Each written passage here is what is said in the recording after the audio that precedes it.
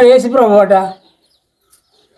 మరి అతను ఎవరో మరి ఇదిగోండి నిజంగా నేను చెప్తున్నాను. ఇక్కడే పాకేసి నేను పండగ చేసి అందరికి రేపు పెట్టి ఇక్కడలా కాదండి, ఇక్కడ శంఖవరం మొత్తం లేదంటే ఒక 50 మంది సిల్లర్ వచ్చేసేవాళ్ళండి. వాళ్ళకందరికీ ఇక్కడ పూజకరణ చేసి అన్నీ చేసి ఇది చేస్తే నాకు చచ్చిపోయినంత చెప్పాడనండి. నేను ఇల్లు కట్టాము అప్పుడు మా వాళ్ళు రమ్మని వాళ్ళు దేవుడు ఎలాగుంటాడో నేను చూడాలా, నేను ఇక్కడే సత్తాను ఇక్కడే ఉంటాను అనేసి ఆ పాకలో నివసించానండి. నేను ఒకరోజు ముసా పెడేసింది, అలాంటి పాకే కిందనే పడుకుండేవాడిని, మంచం మీద పడుకోమంటే పడుకుండేవాడిని కాదు. ఆ రోజు పాము కూడా నా మీద ఎక్కితే తీసేసి పారేసాను తప్ప దేవుడు అని మొరపెట్టాను కానీ ఎక్కడ నాకు ఏ రూపకం కూడా కాపలేదు. ఆ తర్వాత నేను ఏం చేశానండి, మన నివస్తంగా మనం నిలబెట్టుకున్న దేవుడు రాజుల బాబు అక్కడ ఉన్నాడు. ఎక్కడ రాంకిటపురం ఉన్నాడు. ఒకరోజు ఇంతమంది హాస్పిటల్ అయినా సరే ఏ పని చేయలేదండి. అతని దగ్గరికి వెళ్ళి అతని దగ్గర నేను సేవలోకి ఎంతో కాదు, అతను బుర్ర మీద చెయ్యేశాడు, మంత్రించాడు. నా కడుపు అంతా బిగిసిపోయిన నా కడుపు మెత్తబడిపోయిందండి. అన్నాళ్ళు నెల కంచి నాకు ఆకలి పుట్టని ఆకలి వేసేసింది.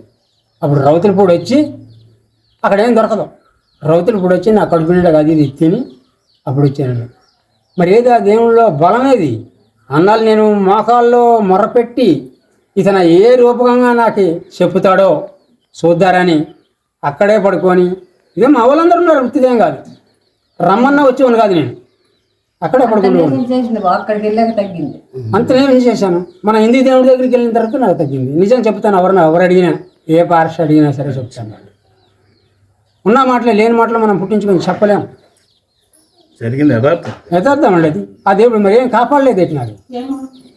పిల్లలను కూడా అతనికి సేవ చేశామే, కాపాడలేదేటి, నాకు ఆదుకోలేదేటి, నా రోగులు బాగు చేయలేదేటి.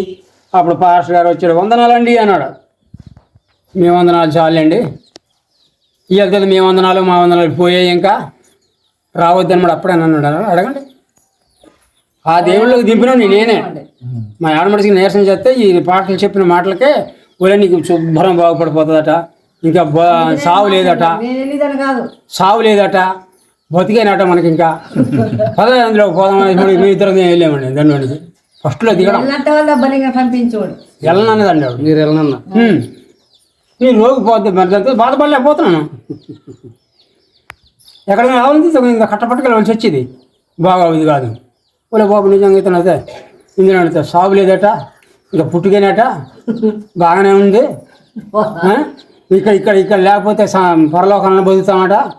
ఇంకా మరి ఇలా చెబుతున్నారు పాస్టర్ గారు. ఇంక నా 10 నిమిషం మేము వెళ్ళాం. శంకరం నడిచెళ్ళి వాళ్ళం అండి. సాయంకాలం 5 గంటలకి బస్సు వదిలేస్తే మళ్ళీ నడిచేసి వాళ్ళం. అలాగనే మీకు అందులో ఏం కాపాడలేదు కదా, ఏం కనపడలేదు. మన హిందీ దేవుడి దగ్గరికి వెళ్ళే నేను ఇప్పుడు నేనేం సంపాదించలేదు, అందులో ఉన్న సంపాదించలేదు, ఇందులో ఉన్న సంపాదించలేదు. ఇప్పుడు అప్పుడు నాకు రెక్కలు కట్టను అయినా నాకు రోగు మన హిందీ దేవుళ్ళలోనే తగ్గింది. జై శ్రీరామ్. జై శ్రీరామ్.